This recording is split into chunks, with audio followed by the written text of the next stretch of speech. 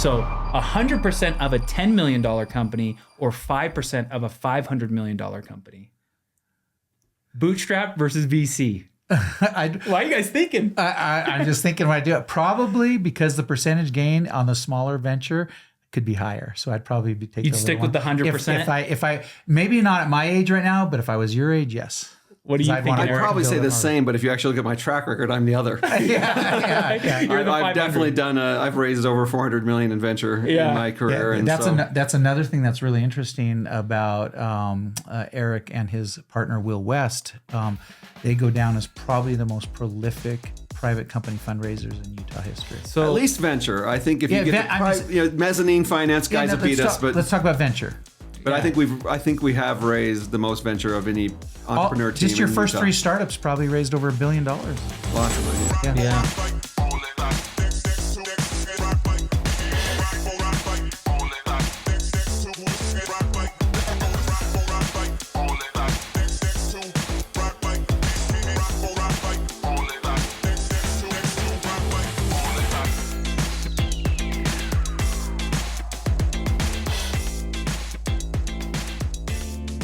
Welcome back to the Startup Ignition Podcast. Thank you so much for joining us again. We're so appreciative of everybody listening and commenting and talking about it.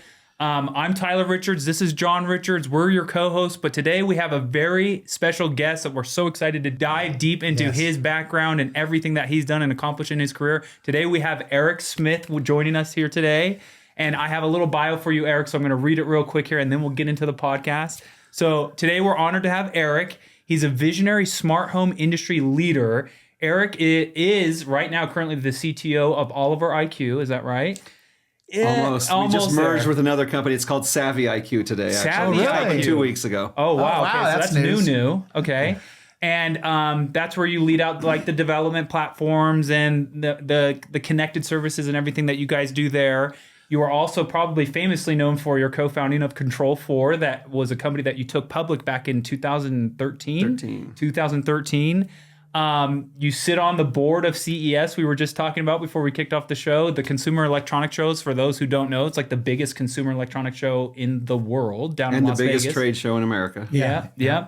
And obviously that's cementing probably your leadership as an industry leader within that whole kind of smart home arena, right? And you hold a bachelor's degree from Brigham Young University. Was that in CS? I think it was CS. I was double E for the first 3 years. Oh, really? Oh, really? So why CS then? Why did you finish up with CS? I was on the digital path for basically I want to be an electrical engineer, and I was on the digital path where you design computer chips, and I realized not computer chips, but you design computers. Yeah. And I realized every design I would do in my classes, we'd just stick an FPGA or a microprocessor. Yeah. So in the end, the magic of the circuit was in the code. Yeah. Not the actual circuit. The circuit was a power supply. Yeah. And so in the end, I wanted to be doing the stuff that did the magic. Yeah. Not the just I just wanted to be doing the power supply and the signals. Yeah. I wanted to be doing the stuff where the magic was, and all the magic was in code. Yeah. And he pulled up in his blue Tesla with a BYU sticker and logo all over it. And I said, man, that just shouts BYU. So you're a diehard BYU guy. Absolutely. That's awesome. Go Cougars. And but you're also father of 7 children. And I got to assume at this point you're a proud grandpa? I have 5 grandchildren. 5 wow, grandchildren. really? I didn't know that. Yeah. So that's awesome too. My dad says that the grandchildren are better than children. So. They are. If you could skip the one, you do it. Just go straight to grandbabies. I don't know if that's possible, but hey, But anyways, so welcome, Eric. Thank you so much for joining us. And to start off the podcast, and did you cover everything in his background? no, but I mean, do we want to take 2 hours? It even goes back farther. He was doing a number of things, but I guess in the home automation arena, you were an early leader and had a company sell to AMX called Fast, and then you were a leader in connectivity with. The companies that sold to iBahn, right? Was STSN. STSN just rebranded as iBahn, so we didn't sell, but we basically kind of invented that internet and hotel rooms for business travelers. Yeah. I'm just saying, he's a living legend. Yeah, I didn't juggle. I didn't want to say he was the grandfather of smart home. And now that I know he's got 5 grandkids, he's even more of a legend. Yeah, so He's entered the great state of life. So. Hey, he's still got you by a couple years. So anything we talk about age, you can just shove it back to him. I can do that. So, but to kick off the podcast, we always like to do like a quick icebreaker, just a fun little startup game before we actually get into your background and like all the topics that we don't want to talk about today. So today we're going to play a quick game, and I want both of you guys to participate, and I'm going to lead it real quick here. It's going to take like 5 minutes, but it's a quick would you rather startup edition. Okay. So I'm going to give you 2 scenarios, and you tell me which one you would rather have. Okay. Ready? Here we go. I'm going to read the would you rather, and I just want you both to say your responses. Okay. So first one, would you rather own 100% of a bootstrapped $10 million startup, the value $10 million, or own 5% of a $500 million VC-backed company? So 100% of a $10 million company or 5% of a $500 million company. Bootstrap versus VC. Why are you guys thinking? I'm just thinking when I do it, probably because the percentage gain on the smaller venture could be higher. So I'd probably be taking. You'd stick with the 100%? If I maybe not at my age right now, but if I was your age, yes. What do you think? I'd probably say the same, but if you actually look at my track record, I'm the other. I've definitely done. I've raised over 400 million in venture in my career, and that's another thing that's really interesting about Eric and his partner Will West. They go down as probably the most prolific private company fundraisers in Utah history. So at least venture. I think if you get the mezzanine finance guys have beat us, but let's talk about venture. But I think we have raised the most venture of any entrepreneur team. Just your first 3 startups probably raised over $1 billion. Lots of money, yeah. Something in that So range. that's interesting that you say I'd rather have the 100% bootstrap startup, but you actually, your whole career has been the other way. What I've done is the other. Yeah, why is that? I don't like them when they get big, actually. Yeah. The first 3 I left within the first 3 years. Yeah. I stayed at Control4 to year 10 just because it stayed pretty interesting. Yeah. But like iBahn, which did, again, people were doing dial-up internet back then, and I don't know how many people even know what that is anymore. Yeah. But it was terrible. It was even worse in hotels than it was in your home. Yeah. And so we thought people would happily pay $10 if we could share a DSL line up into their hotel room. Right. And this is before DSL existed in homes too. Right. And it proved out to be great, but it grew so fast that you started bringing in these executives from telecom companies, and it became that kind of corporate political structure. Exactly how I feel about it too. And I hated it. And at Control4, we kept that kind of tamped down for longer. Yeah. So it was easier to stick around and be there and live it out. Yeah. But otherwise, I had left every company within the first 3 years just because I couldn't take that part of it. Well, that's okay. That was the first one. We got 3 more. So here we go. Ready? Would you rather be the founder of Google Search in 1998, or, laying the foundation of modern internet, or be the founder of OpenAI in 2023, ushering in the era of AI? Google Search or OpenAI? Google Search 100% for me. Google Search, the money's clearly already there. Yeah, so it's a proven model. But the AI is very, very interesting to me for sure. We know that Google became the strongest monopoly in business history. Yeah. I believe that is a true statement. The only business model I think is stronger than Google Search might be Amazon's AWS because of its dominance. But hold the phone here. OpenAI was the quickest startup to 1 million users ever. Absolutely. Yes, but it's facing immense competition. Yes, immense competition, but still Google never had competition. I mean, people tried. Microsoft literally spent billions of dollars. Spent $10 billion in 2 years launching Bing and got 2% market share. That's insane. Well, Google had the algorithm right, so they were so much better than everyone else. I mean, there were constant articles about people, much money people had lost shorting Yahoo, because Yahoo would never go down, and people would make fun of people that were shorting Yahoo. Yeah. And then Google came in with a better algorithm, and it changed the entire. Yeah, it was amazing. So 2 Google searches then. Yes. Okay. I happen to know Sergey and Larry fairly well, actually. Yeah, that's awesome. Yeah, that's great. And I kind of structured these would you rather because I do have some, we'll say seasoned entrepreneurs in the room, right? We'll have to hear how you met Sergey and Larry sometime. Yeah, that's a good story probably. Okay, next would you rather. Are you ready? Here we go. Okay, would you rather create something you're super deeply proud of that only 1,000 people use, or create something you're kind of embarrassed by but millions of people used? That's a tough one. I'd probably say the first one, just because my driving motive all along and what makes me a very different CTO than most His out there passion is my favorite part of everything is building something that people see and just love. Yeah. And in the end, that's why I do so much on the sales side, because I like to be there. Yeah. When the customers are using it and touching it, I couldn't just be in the back running the engineers and driving this stuff and staying back at the office. I have to be out there. You get satisfaction from satisfied users. Yeah. I love it when people say, oh my gosh, I love Control4. It's the coolest thing ever. Or people would walk into these hotels saying, how did you think of this? Internet was so terrible. This is the best thing ever. Yeah. I'm going to agree with them because actually I'm feeling that the one that got millions of users and I was embarrassed of it probably was something faddish and probably would die off anyway. And I don't want the embarrassment to be coupled with something that tailed off. So anyway.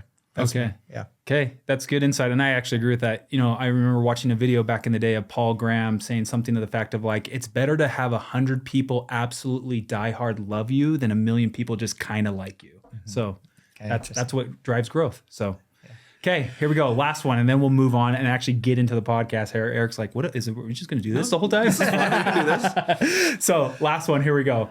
Would you rather have been a founder during the .com bubble and get to an IPO, right?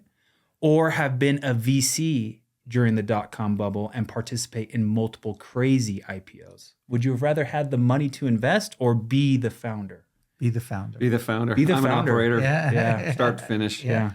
Yeah, I was just thinking maybe having multiple participations in IPOs and seeing that craziness grow up. And, you know, imagine being a VC kind of pioneering that era. I think the difference for me boiled down, if I had to think about it, was as the founder, you have more control over your destiny. Yeah. In other words, you're not reliant on others as much as you are. Yeah.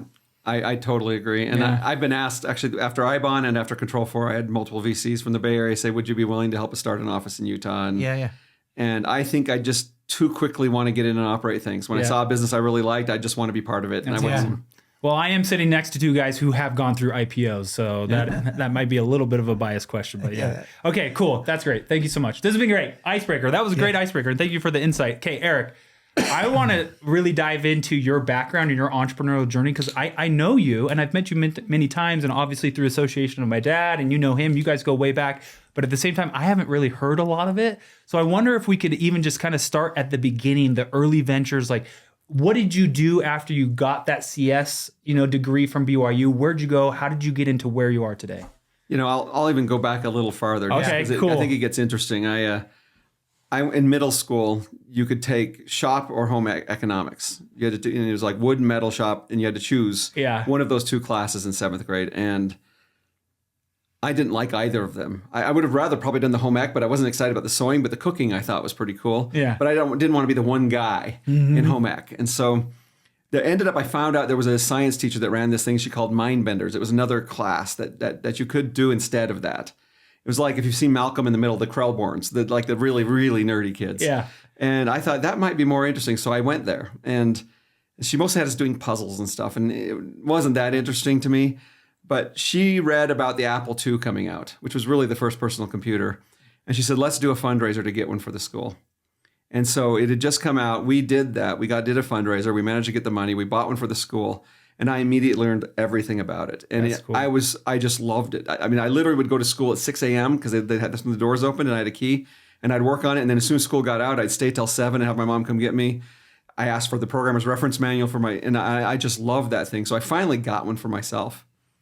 And then I had an uncle who was an electrical engineer who did, he said, would you like a computer for Christmas or learn how to build one? And he sent me the chips and taught me how my microprocessor works. So I built my first computer and wrote my first operating system at 14. Wow. And in the meantime, I learned how electronics generally worked and how digital circuits worked. So I figured out how to build cards that could go in my Apple II. And so I built a thermistor card that could take a certain kind of metals that you could wire up and put under the sheetrock and you could tell the temperature in a room. And I did a relay card that could actuate things, lights, dampers, even turn on and off the furnace. And I did a contact sensor board on it too, so I could take motion sensors. And so I built a system that would turn on lights when you walked into a room, only heat rooms people were in by controlling dampers, and actually ran my furnace in my parents' house. I messed things up pretty badly a few times. Wow. But I thought I'd invented home automation, and I thought it was really cool. So when I got to school, I there weren't really the whole startup thing that exists now. And I mean, you had a ton to do, John, with making that world what it is today. Wasn't there. Mm-hmm. But I was talking to a guy who was a finance major about this idea for smart home, because I didn't know anyone was doing anything else with it. I thought I truly had invented the concept. Mm-hmm. And this guy, this finance major, really liked my idea. Says, I really like your idea. I'd love to get involved. Then I thought, okay, this slick finance guy trying to steal the idea from the engineer. and so but I ended up finding out he was a trust fund kid and had quite a bit of money. And so we started a company, and we built a product, and we started showing it to builders and electricians and HVAC guys. And looking back now, I was so immature and had no idea how things really worked. I didn't understand how industries worked. I would have run away from me too, but they all ran away from me. Yeah. Okay, yeah, no way. There's no way I'm going to put one of my homeowners into something like this. Yeah. But so we just put it on ice. But a year later, he was building a home for himself down in the river bottoms, pretty close to where you live. Mm-hmm. And he went up to a high-end audio shop in Salt Lake City to do a home theater. This is back when those projectors were about the size of a Volkswagen Beetle on the ceiling. And he wanted to do that. And the guy there says, hey, we're starting to get into home automation too. Could we do that in your home that's going to be in the parade? And he says, I'm not sure I'm interested in that, but I have a home automation company. We don't know where to sell the stuff. And so we got together, and that was Will West. And that's how I met Will West. And so I was still a sophomore at BYU when we started this company with the backing of this friend of mine from BYU and Will West as my partner. And so we had built that company up and sold it by the time I finished my undergrad. Oh, wow. And so I kind of started earlier. And when I first met Will, I was thrilled and pissed. Yeah. Because I found out I didn't invent home automation. Right. But I was thrilled that there was an actual channel of dealers. And there was about 100 dealers around the country doing that kind of stuff. Mm-hmm. And I thought, wow, at least there's a channel. We can do something with it. And we turned it into a real business. What was the name of that first company? We called it Synergy. Okay. Synergy. Yeah. Okay. So you met Will West, and did you go on to do more with Will? So we built that company up. We ended up selling it. Yeah. Right as I graduated. So I literally moved to Dallas to go work for that company. Will stayed here. We sold the company. He stayed. To the acquiring company. To the acquiring company. I had to go. I had a 2-year deal where I had to go to that company as part of the deal. I moved down there and ended up running all their software at this company, and he stayed here. In the meantime, I also got a variance with that company that they didn't allow internal employees to do programming for dealers in the market, but I got a deal where I could, for Will's dealership, I could do their programming for their homes. Yeah. And so I moved down, continued to program all the homes they were doing. They were doing all these high-end homes up in Bald Eagle, up in Deer Valley and stuff like that. And we stayed in touch. And after a couple of years, my time was up down there, so we ended up starting. That's when FAST started.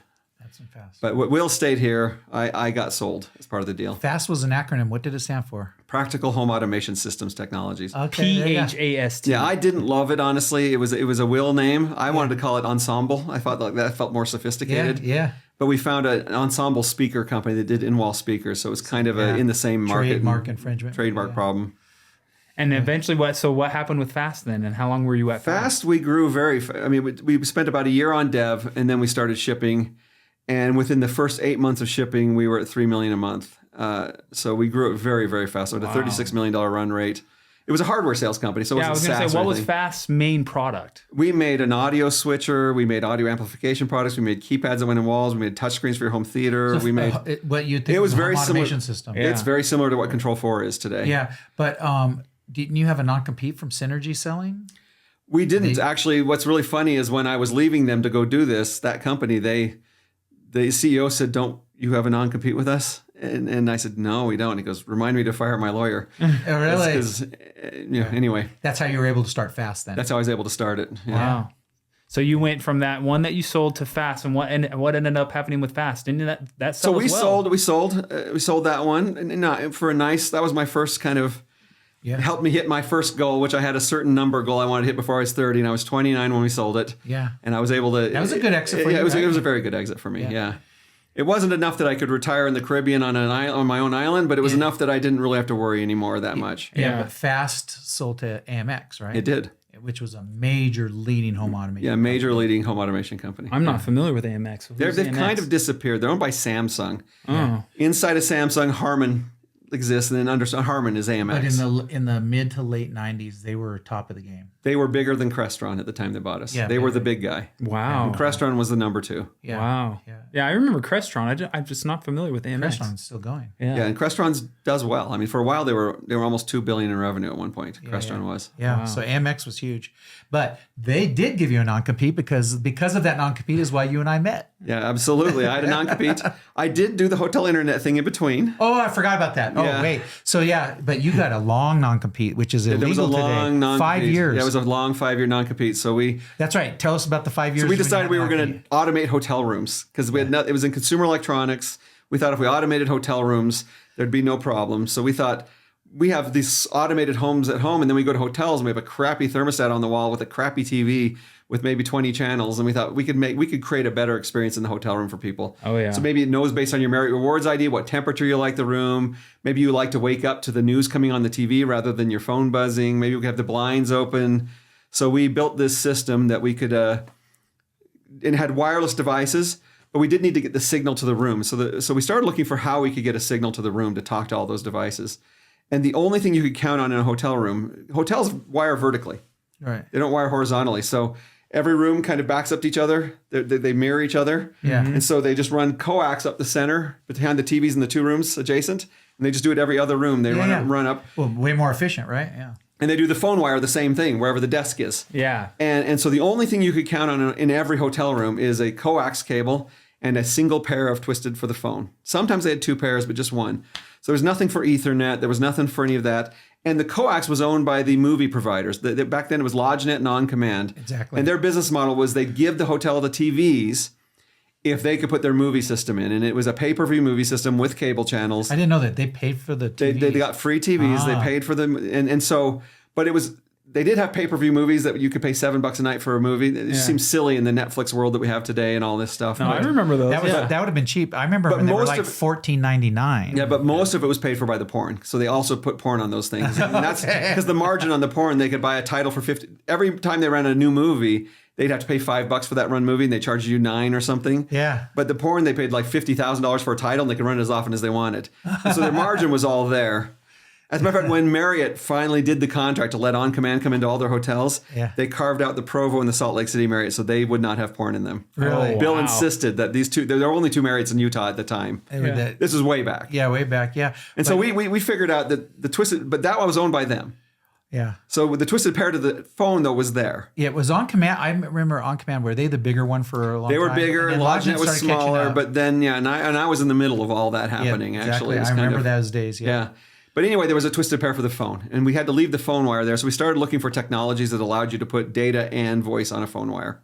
And we found DSL. It wasn't being deployed to homes yet, but DSL existed. We thought we could bring in a T1 line to the hotel and split it between DSL, the rooms. Digital secure. No, what does the DSL stand for? I don't remember. Yeah, either do I. AT&T invented it in the 60s. Yeah. But it was a way to put higher speed data on the phone wire with voice existing. So that's what we did. So the original point, though, was just to get the signal to the room to do the home automation. But we thought, wow, you could plug your laptop into this box and get a high-speed connection. Yeah. So we kind of came with this other model. We got permission from Marriott to right next to Marriott headquarters in Bethesda, Maryland. There's a Marriott Suites right next door to the building. And we got them to let us outfit a suite with the whole home automation and the high-speed internet. And we did that, and we brought the whole executive team through. Bill Marriott and his brother Dick and the whole crew came through to see our thing. We showed them all the smart home stuff. And at the very end, we said, and by the way, we can also do this thing, which we think will be interesting. We can charge $10 a night for high-speed internet, and we think business travelers will happily pay for that. And Bill looked at us after about an hour.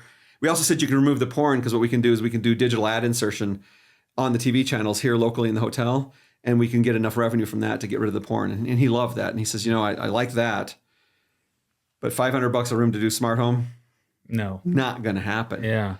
But charging people a new amenity, as long as you'll do all the, we are very interested in that. And in the end, we just pivoted the business to just doing the internet. Yeah. And I remember those. And it became a very big business and just a cash cow. And I was traveling for business a lot in those days. I used your product all the time. A little beige box on every desk. And we ended up getting all the Marriott brands, all the Ritz, Carltons, all of the Hilton and all their brands, most of the European brands and Asian. We ended up being the dominant player for a long time. And it was just providing internet to hotel rooms. Yeah. But our business model was we subsidized the rooms. We paid all, so it was a debt. It was like we were like building a carrier. It was very capital intensive. But we'd spend $300 or $400 per room to deploy this. But then we had a 7-year contract where we'd share them 10% of the revenue. We got 90%. Yeah. And in the end, we figured it out. We needed about 1. STSN became iBahn. We rebranded iBahn. IBAHN. So internet, high speed. Was a German word for highway, right? And but it literally, we figured it out. 1.7% take rate is all we needed to be profitable. Yes. And it was quickly, within the first 13 months, it was over 5%. And then it was 20%. And then it was, and so it just is a cash cow. Now, but as I remember, because this is when I started meeting you, you were about 4 or 5 years into that. And the .com crash happens. Yeah. And you were imminent to IPO. Yeah. And then that got pulled, right? And tell us that whole thing. We had Lehman drafting our S1 in 2000. And for our listeners and viewers, an S1 is the first version of your private placement memorandum or disclosures when you intend to go public. And your first S1 is called a red herring.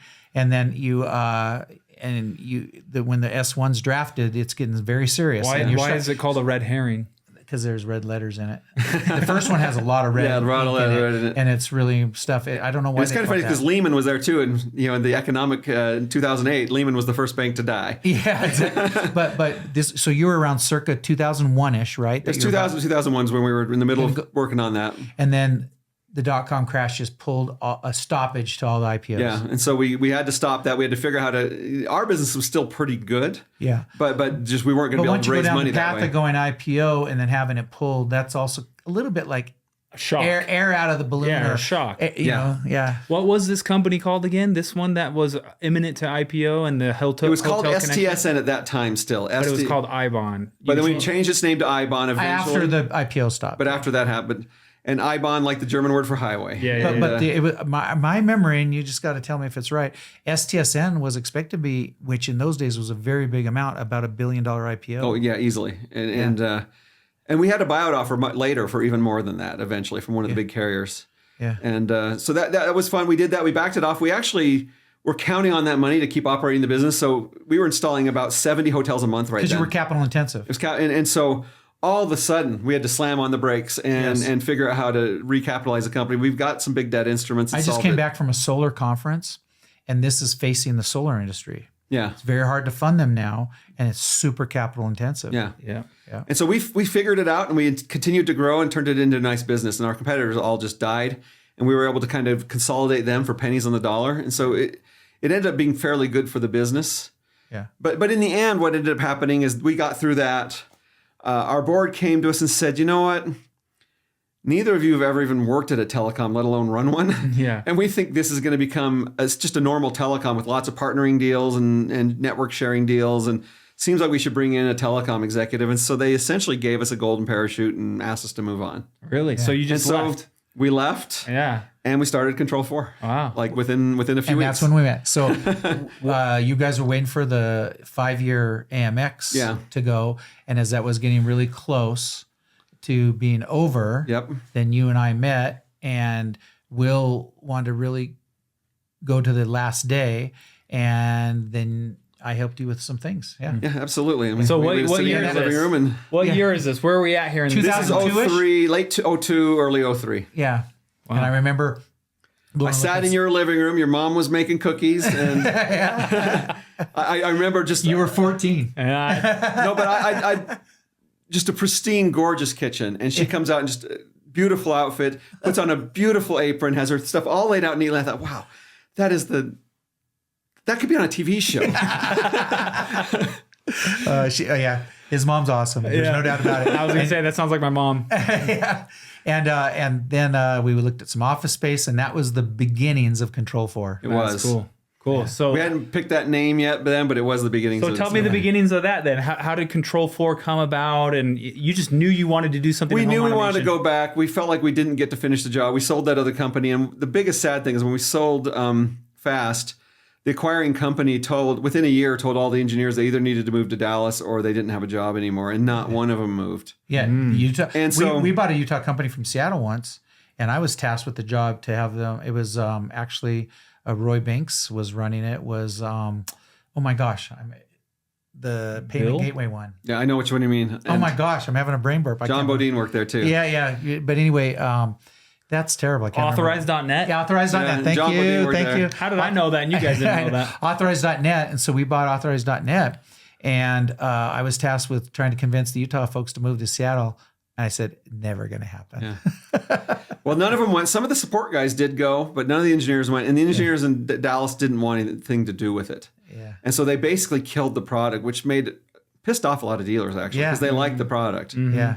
And they basically, they adopted our core networking technology and our core control stack, and they rebranded it NetLinks. And to this day, AMX's control technology is NetLinks. So really? Wow. That was invented here in Utah by us. Yeah, that's really But they still use it today. Well, I think one answer to Tyler's question, you tell me if I'm right or wrong, is also as the .com crash was coming up and we were coming out of that, there were huge advances in wireless technology. Absolutely. And so what happened was all of the stuff you did earlier was wired. Yes. Okay. But you got excited about Z-Wave, Zigbee, and the different protocols for wireless communications. And that's where Control4 was going to be the real forerunner of wireless home automation. Is that right? Absolutely. Right? And it really served us during the economic crisis in 2007, 2008. Yeah. Because we had come out with the very first smart home system that could do everything wireless. So you didn't have to, it could be retrofit. Yes. And we said... And that was the thing. Almost all home automation had to be new construction because of wires. Or a major remodel. It had to be one of those two things. Major remodel. I mean, but the remodel to do an existing home, you might as well, tearing off sheetrock. So our pitch was we're going to come in low enough cost, because we undercut the cost of the other guys in the market by, we were a third of the price of Crestron. Yeah. In just the core hardware. Plus, we made the programming simple. It was all drag and drop and fairly so simple. You didn't have to. So we could cut all that custom expensive coders. Home automation back in those days, literally, you'd have to have a software engineer type come out and reprogram your home automation system at 100 to 150 an hour. Here's by the way, so I told you earlier that I had that caveat where I could program for the dealer here in Utah that Will was at. I was making $30,000 to $50,000 per job programming these houses and doing about 6 of them a year. While my base pay in Dallas was $55K. Yeah. So I was making $200K a year back in 1996, programming these jobs, actually 1994, programming these homes. But that's what you had to do. So we took that out. So we undercut them even more. So we were like 1/6 the price of a Crestron system. Yeah. But the other thing we did is we made it retrofittable. We said, look, first of all, instead of just selling to the top 1%, you can sell to the top 10%. Yes. So we 10x to your market, but also you can sell not just to the rich people building a new house, but all the rich people who have existing houses. Right. And so in that time, there were 100 million households in the U.S., about 1 million homes built a year. 100-fold on the market. Yes. And so we said, your market just got dramatically bigger. You can go target a lot more houses and make a lot more money. Two big changes, Control4, retrofit because of wireless, and then the ability for the homeowner themselves to set up and program. Absolutely. To do their own technical support. Or even just the dealer himself could do it without hiring a programmer, or the sales guy could do it. Or connecting devices without having to have a coder. Yeah. Exactly. That was the innovations there. So the funny thing is we were growing about 100% a year. Wow. It was just... In residential. In just residential, And we were growing like crazy. And when 2007, 2008 hit, we went from 100% growth to about 60% growth. But we gained market share because we had this retrofittable product and the competitors didn't. You were pretty recession-proof, relatively speaking.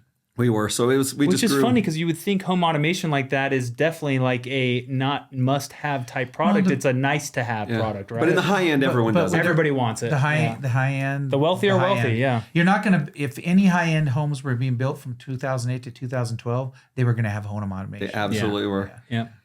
And so it went very well. And we went from 7 to 23 to 48 to 90. I mean, the numbers just went. Yeah. But we did 7 million in our first half year. Wow. Yeah. So what kind of put Control4 on the map? That consistent growth, or was there like an inflection point within the history of the company that was like, okay? The biggest deal was we were able to. It was a little challenge because when we went back into the market, the existing dealers that had their established businesses and all the high-end interior designers and architects used them, they stuck with Crestron and AMX. Because they made more money on it. They had 50-point margins on it. They made more money programming. They didn't want to change. Super overpriced stuff, right? So what we ended up doing at first is we started picking up these secondary guys that wanted to get into the business. And they started using our product. But before you knew it, they were competing with the others. And people were saying, wait a second, this stuff costs 1/6 the price and does all the same stuff. Why should I pay for that? But once that started happening, all those other dealers had to pick up our product. Yeah, too. they had to offer it. Hey, I have a question. At the time, it was the biggest construction project in the United States, which was down in Las Vegas. Yeah. And they were building multiple mega hotels together in one project. And you landed that deal for automating those hotel rooms. Was that a one-off, or did you make that a part of your business, or how did that work? We actually did quite a few other hotels. So we ended up building a hospitality division. But that but that was totally accidental.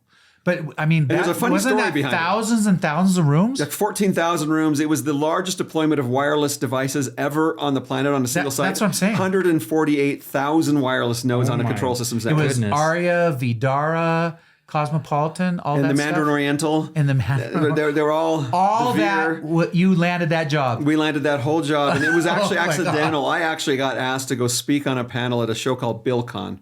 And I thought it was a home builder show in Palm Springs. Yeah. So I fly down there. I get there, I get out, I go to the convention center. I find out it's a commercial building technology show. And we have nothing for that to do with commercial. And I was so busy. The business was growing so fast. And I thought, you know what? I'm just going to go tell them I don't have a product for this market. It doesn't make sense. And just tell them I'm going to go home. I thought I'm just going to turn around and go home. But then I thought, no, I committed to do it. That'll be bad. That's bad form. So I went on the panel and I got up there and spoke. And it was all about, it was like Siemens and Johnson Controls. And it's all that. And I'm like going...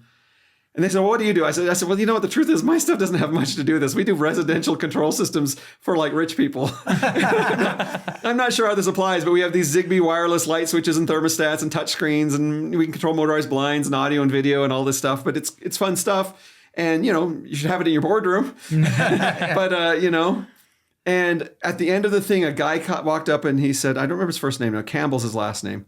And he walked up and says, I'm the CIO of MGM Mirage. And we're building a new property. We want it to be the most automated property ever. And we're actually looking for just what you have. That sounds exactly like what we need. And he says, would you be willing to come present to the board of MGM Mirage next week? And I'm like, sure. Yeah. Was that your single biggest deal ever? It was it was $14 million on that one contract, on one installation, on a single. Because when I saw the size of those hotels and then I went in and saw that your stuff was in every room, I'm going, what in the world? Wow. And we ended up doing a bunch of the Trump Towers. We ended up doing a lot of the Montage hotels. The one here in Deer Valley has our stuff. We ended up doing that big Greenbrier back on the East Coast.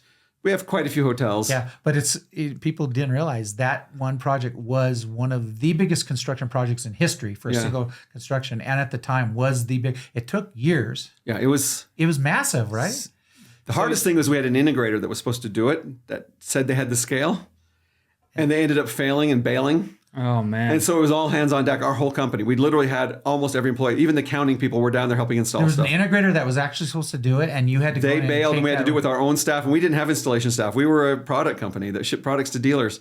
And so we literally, our accounting people were down there. We were rotating people in and out of that hotel to get that thing done. Wow. I just got that, a project that could sink a company. Yeah. Absolutely. Yeah. And for relative scale, I think the rest of our revenues that year were 32 million. And so 32 plus the 14 got us to 48. That's incredible. Or 46, right? Yeah. So is that not right closely after that? Is that when you kind of started gearing up for the IPO and doing this whole it was a few years later before we did that. You had to wait for the recession to get over. We had to wait for the recession to get over, for the window to open. But you were one of the first IPOs after the window. We were. The window closed for a long time. And it was kind of fun. We were the very first pure play home automation company ever. When was Control4 actually founded? Like, when was the entity created and you started that company? The actual, I think it was an LLC at first, but we quickly converted to Delaware C Corp. But it was basically March of 2003. Yeah. So 2003 to 2013. So 10 years between founding to IPO, and we were a couple $100 million in revenue at that point. Everybody thinks overnight successes, but there's no such thing. They always take longer than you thought. Yeah. But so you kind of missed that window with Fast, and with you sold Fast, but then with the STSN. iBahn company, you kind of missed that IPO window. But now with Control4, it was your second chance. The beauty is, just after we left, iBahn did have a buyout offer that was north of $1 billion. Really? Yeah. And they turned it down. Wow. Oh my gosh. And unfortunately, that guy they brought in to replace us slowly presided over a decline over the next 10 years. And just lost revenues. From hundreds of millions in revenues to 60 million in revenue and in receivership 10 years later. Seen that movie many times. Yeah.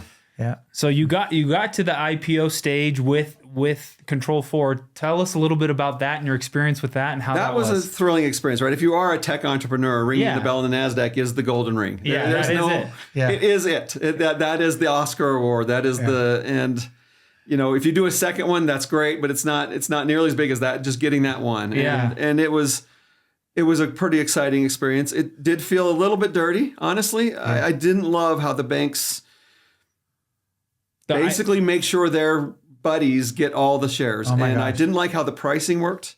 I didn't like how that stuff worked. The New York Financial Committee, and this is something, maybe we shouldn't say on a podcast, but it's different than the culture we're used to. Yeah. Yeah. For people that don't know how this works, but usually your goal is you do a roadshow just before the IPO. You're going to have a certain number of shares the company is going to sell before the IPO to raise money for the company. Then after that, it's just a publicly traded stock. And you can do later issuances, but that's how it works. And you try to figure out the pricing. And the goal when you're doing the roadshow, flying all over and talking to big retirement funds and things like that and big investment companies is to get 5 times oversubscribed. So you 5 times as many people come back after you meet with them, tell you how many shares they like of the deal. And you want to have 5-fold of that. And you also decide ahead of time what your pricing range is going to be. You're going to be, and we decided our range was going to be from 15 to 18 would be the pricing range for those shares that they bought before we would go public. And we were 25 times oversubscribed that day, the night before we went public. And so we're sitting in the room trying to do the pricing. They said, 16's the number. And I'm like, and that didn't personally matter for me because I wouldn't be selling my shares till later. So I'd still be able to get, but for the company, it meant we got $2 less a share for the shares we were selling if it's compared to going for 18. And I was like, no, we're 25 times oversubscribed. We should be 18. Yeah. And they said, no, it should be 16. They said, you'll trade up more on opening day. And you don't control it. And we don't control it. We had to take what it got. And it all, and most of those shares go to just the friends of the people at the big banks. And what happens is, for the viewers and listeners, is the shares are sold to mutual funds and to others, not public transactions. They're private.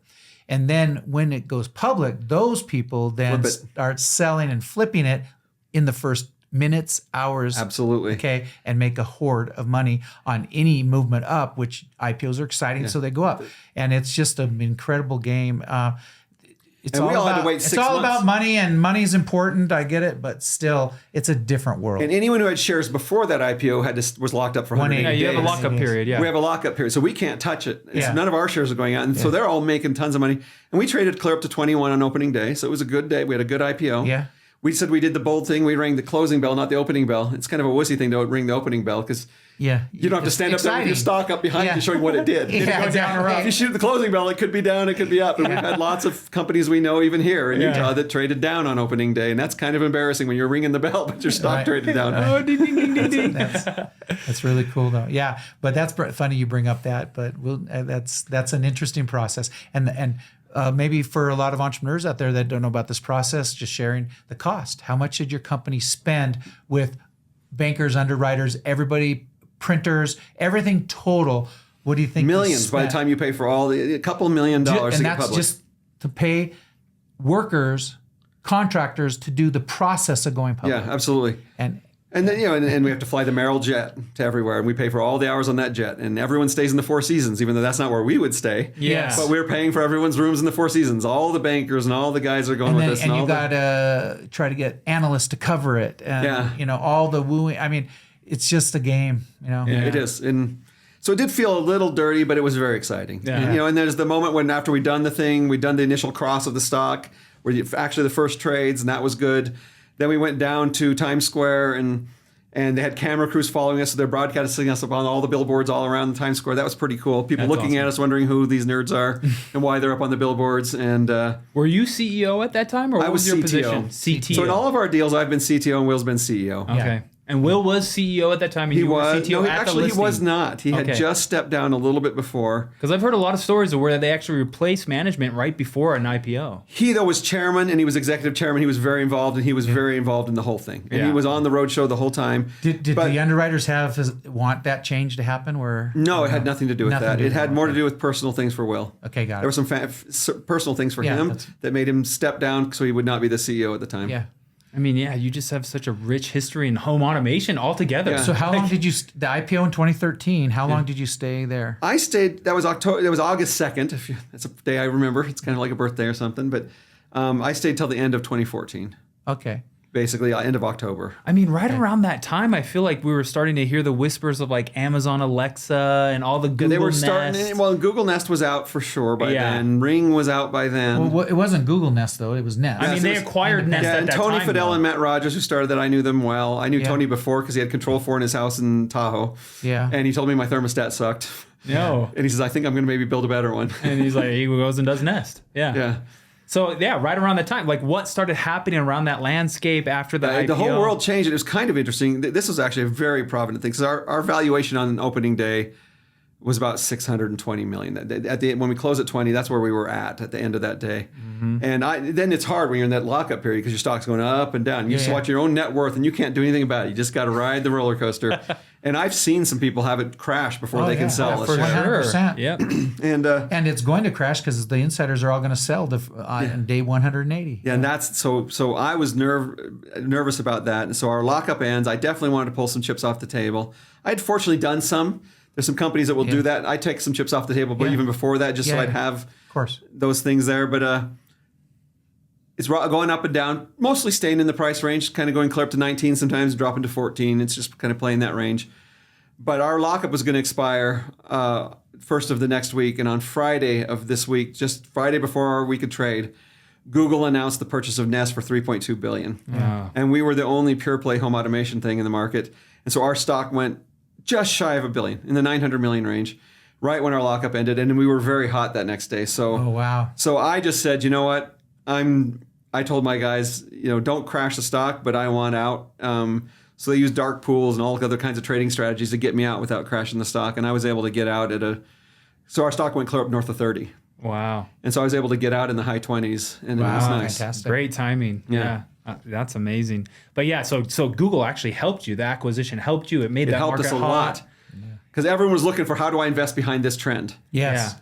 And we were the only thing that was out in the public markets you could do that with. And I just remember them integrating the voice controls and all that stuff. Yeah, they did really cool stuff. Yeah, it was crazy. So, but you were supported by all that. Absolutely. We actually integrated into Control4 too. I wasn't there at that point. Yeah. Because that was more like 16, 17 when those things really started coming out. The Alexas and but we just adopted it and said, let's make it work with our stuff too. So where did you go from there? You took a break from home automation for a while, but now you're back into it. Yeah, so I took a break from it, but I kept looking at the market. And I thought, okay, there's Philips, Wiz, there's Lutron, Kazeta, there's Leviton dimmers. You can go to Home Depot and buy a smart dimmer for $40 now. Oh yeah. There's Ring doorbells. There's Sonos speakers. All the TVs are smart now. Appliances are smart. I bought a Pebble Ice machine the other day, and it has a Wi-Fi connection. So you can, what on earth would I want to know about? Siri, start my Pebble Ice. I couldn't even figure out what you do with that, but everything is connected now. Yeah. And with that was Alexa, a prediction made 20 years ago. Yeah, that was going to happen. With Alexa and Google, we thought, okay, this game's played. Someone's going to figure this out. But what we found is, in late 2020 and early 21, we're kind of looking at this market and saying, the problem is, most people do have a folder of apps and they have a few smart devices in their home. Mm-hmm. But what we were doing with smart home clear back in the 90s was integrating those things together. So when you push a good night button on your nightstand, the lights turn off, the fireplace turns off, all the TVs turn off, the audio turns off, the doors lock, the security system arms, everything kind of shuts down and it works together. My alarm clock for decades has been telling my thermostat to go to the morning set point 30 minutes before whatever I've set my alarm for, so I don't have to reprogram the thermostat. Yeah. The lights come up gently. I have mirrored windows in my bedroom, so I have the shades come up. So natural light comes in, and I have a Sonos playlist that comes up and plays some nice music. Mm-hmm. That's a really great thing to have. Having your home welcome you home and do things, and having things like when there's a fire in your home, turning off the HVAC so it doesn't circulate So you're saying we moved away from that because of all the different products and the different protocols. So people don't do that integration. We thought most consumers don't know that they need that, but the high-end's been doing it for years. Wonder if we could build a product that could fix that problem. And we figured out the biggest challenge there was having some kind of service provider in the mix. So we said, let's build a smart home product that is as good as any of the Alexas and Googles and maybe and smart things or Wise and make it even better. And but build it so that it can be managed by a service provider. So let's give it CRM integration and ticketing and scheduling systems integration so you can monitor them and see what's going on. Let's build it so it automatically monitors the firmware versions on all your smart devices. So if your Ring doorbell takes an update and maybe they change the API a little bit, the driver in the system changes so it still works and doesn't just break. Yeah. Because with Alexa, if you do that, if you load the skill for your Ring doorbell and Ring changes their firmware, it just stops working. No, you it don't does. know why. That's the exact setup I have. Exactly. So you need to figure out why doesn't it work. You go look at the skill, and the truth is, after it happens 4 or 5 times, you just quit trying. Yeah. But if it's a managed service, we believe that becomes interesting. And then the really interesting thing that happened is generative AI came along. And we thought, wow, think of what consumers could do if they could program their home by just telling it what they want it to do. And we do that today. You can just literally say, hey, Ollie, we've called our guys Ollie because it's Oliver IQ.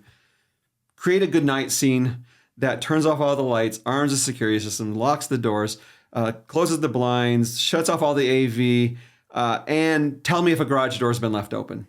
And if I haven't told you to do it by 11 p.m., just do it automatically at 11 p.m. And you can literally talk to it like that. Yeah. Or like, hey, I don't want the lights in the garage to be on more than 30 minutes ever.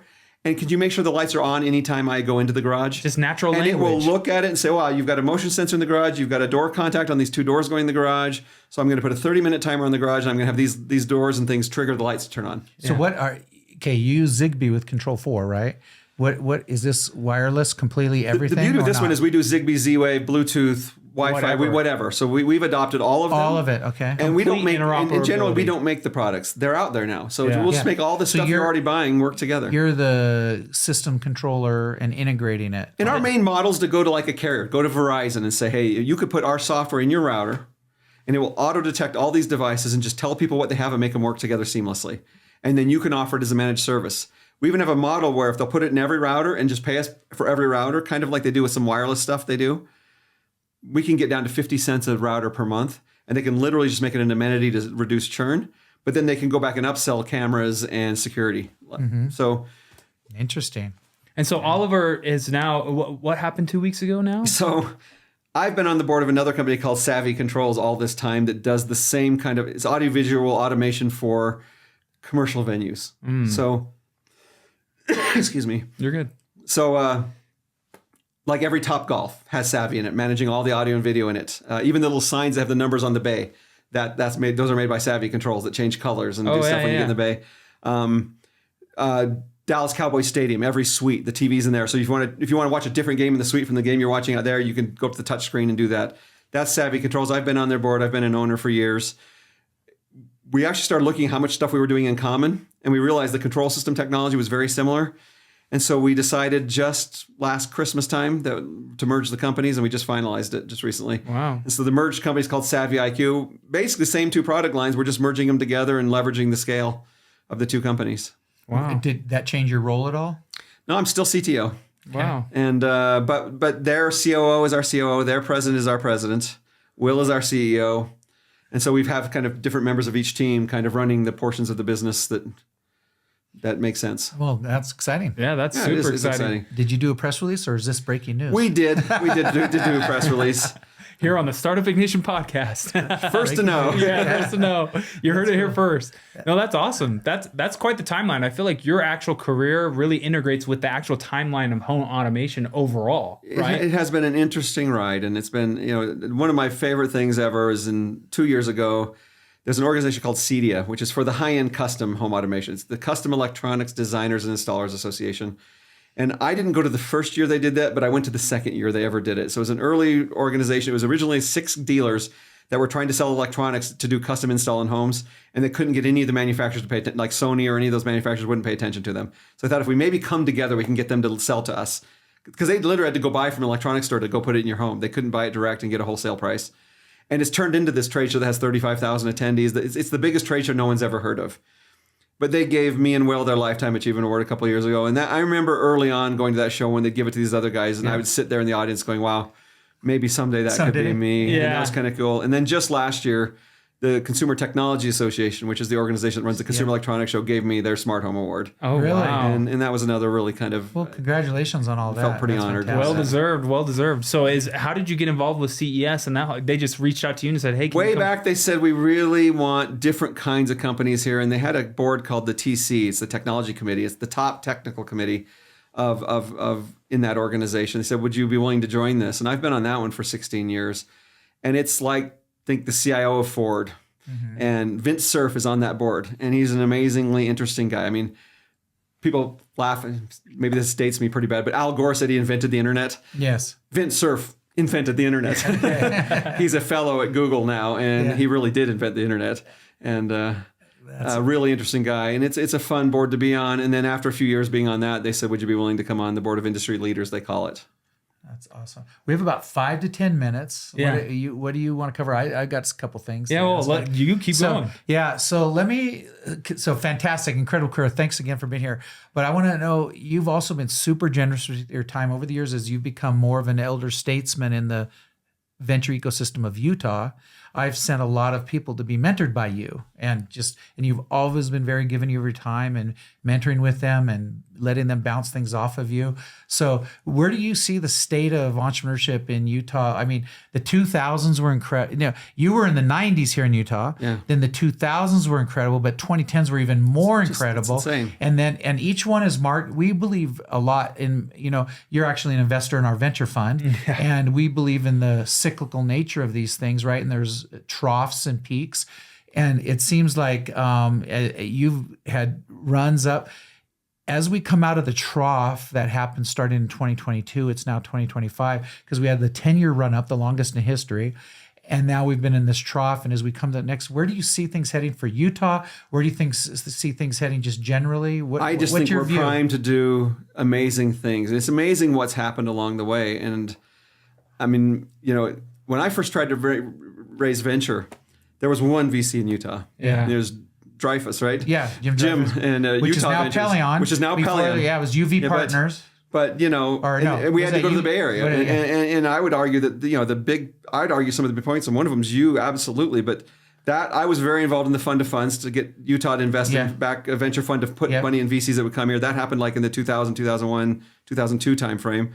But Boom Startup, I think, was an amazing thing that helped get that going. The Entrepreneurship Center at BYU during the golden years did a lot, and just watching all this stuff, and then the Silicon Slope stuff that's been done by Josh and then the guys there, and it's just been amazing to watch. But there's just such an ecosystem, and everyone knows what it is, and it's just like the Bay Area. It all feeds on each other, and it just creates. Do you agree? It's kind of like a virtuous cycle, because the word perfects and novels of the 90s led to then the birth of SaaS in Utah with Omniture coming in and being SaaS, and what you were doing in home automation.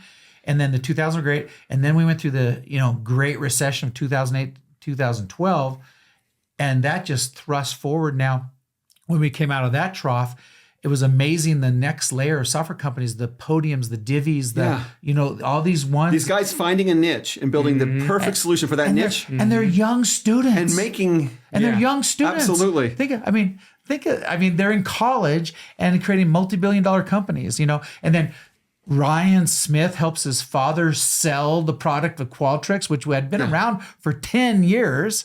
And then Ryan says, I know how to sell this, and the rest is history. I often tell, I still speak at university. I spoke at BYU just last week again. Yeah. And I speak to these guys. And one of the things I say is we're in a very unique time in history where up until now, I'll give you the one caveat, but you could not start a business at all without some capital at least. Yes.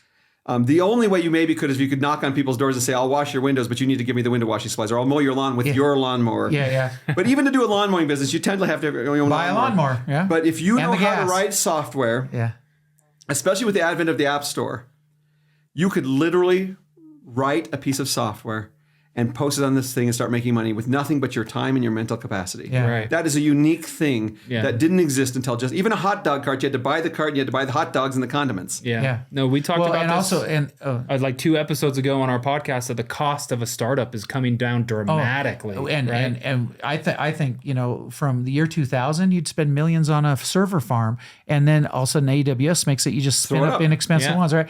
And then now AI is driving all these costs down. It's amazing. Yeah, there's never been a better time. Yeah. And you just think about what you said about how you can, just blood, sweat, and tears, and you can start making money. It's incredible. And then also, you think about prior to 1996 and the advent of the internet, there was one way to sell stuff. move physical goods with trucks and get them to a store and try to sell them to people and try to get them in the wholesale retail chain and stuff like that. Now, physical tangible products have so many different channels. Look at Taft shoes. Yeah. Without going through the department stores and creating such a big brand. It's just amazing. And you think about, and then you have Amazon, but then also we've got Shopify that allows 2 million plus entrepreneurs to throw up a store in 3 minutes? Exactly. Yeah. So to a lot of our listeners for this podcast are budding entrepreneurs. They have businesses, but also they're looking about getting into entrepreneurship, getting into a startup, getting into business. What advice would you give to maybe the entrepreneur in today's age that might be looking to get into home automation or the product business or the tech business? What advice are you giving to them? The first thing I always tell them is the best companies come from actually being out doing something and finding a real problem. Right. And then building a solution to that problem. The best companies come from that. The worst companies come from someone finding a technology. Like, I really like generative AI. I'm going to try to start a company on generative AI. Yeah. That's the wrong direction. Yeah. Find a problem that needs to be solved and then figure out what tech solves that problem. And that's where you make money. We teach that in our boot camp. It's one of our core teachings. And also, to get past the finish line, the passion often is needed that comes from you also feeling the pain yourself.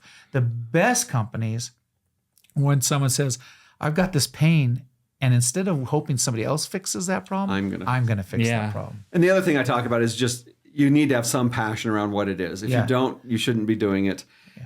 Mainly because that's what will make you push through it when it gets hard. And every company gets to a point where it's hard. Look at your passion. You were a teenager and you were working in home automation.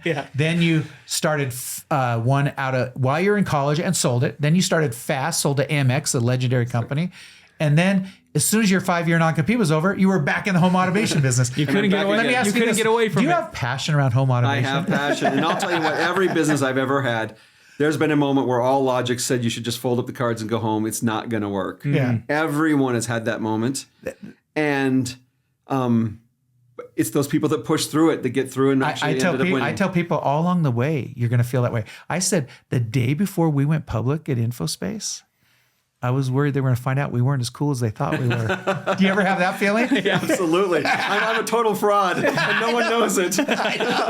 It's just a crazy feeling, and that's natural. Those are the best entrepreneurs that are always sleeping with one eye open and worried the whole thing is going to come crumbling down. I heard a quote from someone who was in the White House in staff. I think it might have been on Biden's staff. I don't know who it was, but they said they always assumed there was these really smart people that really knew how to run the country that was doing it. And all of a sudden they were sitting in the room and they realized they were them. I think every entrepreneur has that moment. Yeah. Yeah. I mean, I was an investor in Josh and John at Omniture, Josh James and John Pastana.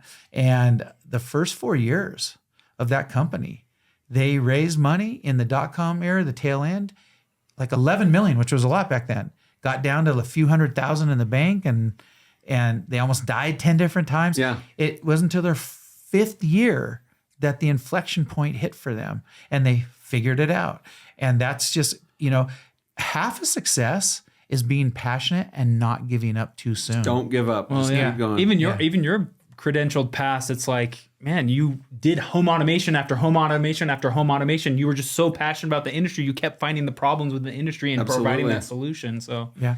Hey, now this comes back, the advent of wired, because you remember my history in Yellow Pages. So I was in the telecom industry, but in that realm. But the wired copper wire world, in the infrastructure build, all that, and then the advent of wireless.